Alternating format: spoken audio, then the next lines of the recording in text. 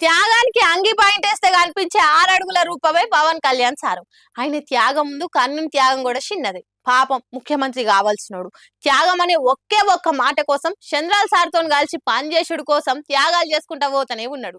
చరిత్ర పేజీలలో ఎక్కేదాకా ఇట్లా చేసుకుంటా పోతూనే ఉంటాడు కావచ్చు. ఇప్పుడు ముచ్చట ఏందంటే పవర్ స్టార్ రాన్ రాన్ సాక్రిఫైస్ స్టార్ అయ్యేటట్లున్నాడుగా. నిజంగా పవన్ సార్ కు సీట్లు అడుగుడు అధికారం అడుగుడు తెలివై సార్ కు తెలిసిందల్లా త్యాగం చేసుడు. పోయినా సరే పార్టీ అధికారంలోకి వచ్చే ఛాన్స్ ఉన్నా ఇప్పుడే తొందర ఎందుకని సైలెంట్ గుండా అట్లా అధికారాన్ని త్యాగం చేసిండు. ఆయన త్యాగంతో గెలిచిన వైసీపీని గద్దెదించాలని గట్టిగా సపోర్ట్ చేసుడుతోని ఈసారి ఖచ్చితంగా సీఎం అయ్యేటట్లే ఉండని అందరూ అనుకుంటారు. కానీ అందరూ అనుకున్నట్లు చేస్తే ఆయన పీకే ఎందుకు అవుతాడు? జనాలు పెట్టుకున్న ఆశల్ని అడియాశలు చేసి కార్యకర్తలు పెంచుకున్న అంచనాల్ని పటాపంచలు చేసి లీడర్లు వేసుకున్న లెక్కలను తొక్కి పడేసి త్యాగాలు చేసుకుంటా పోతుండు. మనకు అధికారం ముఖ్యం కాదు, ఆంధ్ర ప్రజలే ముఖ్యం అనుకుని బాబు సార్ చేతిలో త్యాగాల లిస్టును పెట్టిన పవన్ సారు ఇప్పుడు ఇంకో త్యాగం కూడా చేసిండు. ఇప్పటిదాకా బాబు సార్ కోసం త్యాగం చేసిన ఆయన ఇప్పుడు బీజేపీ కోసం ఎప్పటికీ మర్చిపోలేని త్యాగం చేసిండు. బీజేపీ జనసేన సీట్ల పంపకాలల్లా టీడీపీకి 144 అసెంబ్లీ సీట్లు 17 ఎంపీ సీట్లు ఇచ్చిండు. బీజేపీకి జనసేనకు కలిపి 31 అసెంబ్లీ 8 ఎంపీ సీట్లు ఇచ్చిండు. అయితే అందులో 10 అసెంబ్లీ